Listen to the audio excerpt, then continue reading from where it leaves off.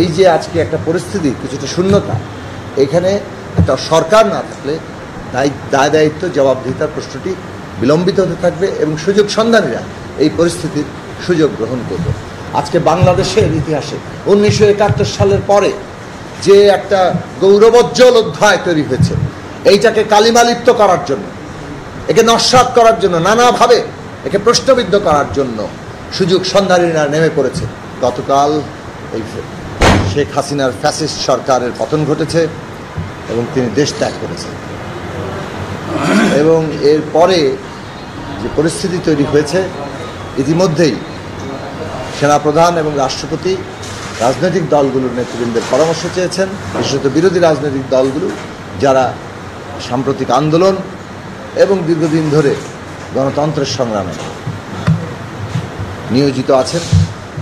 এবং এই পরামর্শের জায়গা থেকে আমরা পরিষ্কার করে বলেছি যে ছাত্রদের যে দাবি এবং তাদের যে নেতৃবৃন্দ, সেই বিষয়গুলোকে আলাপ আলোচনার ক্ষেত্রে গুরুত্বের সাথে নিতে হবে এবং ছাত্রদের যে প্রস্তাব সেইটাকে প্রাধান্য দিয়ে অন্য সমস্ত রাজনৈতিক পক্ষ, সামাজিক নেতৃবৃন্দ তাদের সকলের মতামতের ভিত্তিতে যথাসম্ভব দ্রুত সময়ের মধ্যে অন্তর্বর্তীকালীন সরকার গঠন করতে হবে। কেননা এই মুহূর্তে এই যে আজকে একটা পরিস্থিতি, কিছুটা শূন্যতা, এখানে একটা সরকার না থাকলে দায় দায়িত্ব জবাবদিহিতার প্রশ্নটি বিলম্বিত হতে থাকবে এবং সুযোগ সন্ধানীরা এই পরিস্থিতির সুযোগ গ্রহণ করবে।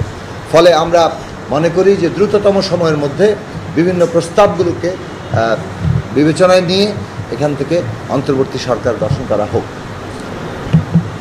আমাদের সবচেয়ে উদ্বেগের ব্যাপার এখন দাঁড়িয়ে যাচ্ছে যে এই যে আমাদের শিক্ষার্থীরা, আমাদের ছাত্র তরুণ যুবারা, এমনকি শিশু কিশোররা যে সংখ্যায় সারা দেশব্যাপী এই আন্দোলনে যুক্ত হয়েছে, যেভাবে অকাতরে জীবন দিয়েছে, শত শত শিক্ষার্থীর রক্তের উপর দাঁড়িয়ে আজকে বাংলাদেশের ইতিহাসে 1971 সালের পরে যে একটা গৌরবোজ্জ্বল অধ্যায় তৈরি হয়েছে, এইটাকে কালিমালিপ্ত করার জন্য, একে নস্যাৎ করার জন্য, নানাভাবে একে প্রশ্নবিদ্ধ করার জন্য সুযোগ সন্ধানীরা নেমে পড়েছে।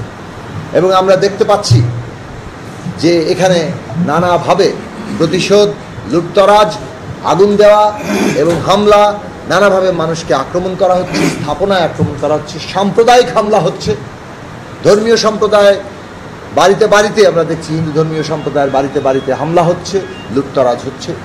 আমরা এই যে ধর্মীয়, জাতিগত পরিচয় কিংবা নারীর উপরে যে কোনো ধরনের আক্রমণ, প্রতিশোধের জন্য নানাভাবে আক্রমণ, লুটতরাজ, স্থাপনা ধ্বংস, এই প্রত্যেকটিকে মনে করি এই আন্দোলনকে কালিমালিপ্ত করা, তাকে নস্যাৎ করার একটা ষড়যন্ত্র।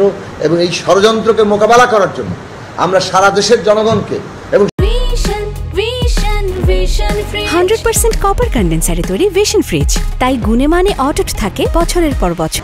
দল গড়ে তোলেন শান্তি শৃঙ্খলা প্রতিষ্ঠার জন্য এবং প্রতিটি স্থাপনা এবং মানুষ তাদেরকে সুরক্ষা দেওয়ার ব্যবস্থাটা করেন। এই কাজটি আমাদেরকে এখন সবচেয়ে জরুরি ভিত্তিতে করতে হবে।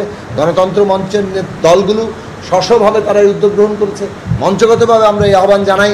এবং আমরা দেশে গতকালকে আমরা সেনাপ্রধান এবং রাষ্ট্রপতিকে বলে এসেছি, এই মুহূর্তে সেনাপ্রধান যে বক্তব্য দিয়েছেন যে তিনি দায়িত্ব নিয়েছেন জনগণের নিরাপত্তা, প্রত্যেকটি অলিতে গলিতে সেনা সদস্যের টহল বাড়াতে হবে এবং আইন শৃঙ্খলা পরিস্থিতি যারা এখানে সুযোগ সন্ধানীরা হাতে নিচ্ছে এবং অবনতি ঘটানোর চেষ্টা করছে এবং নানাভাবে একটা ষড়যন্ত্রের পথ রচনা করতে চাইছে, এইটাকে নস্যাৎ করতে হবে।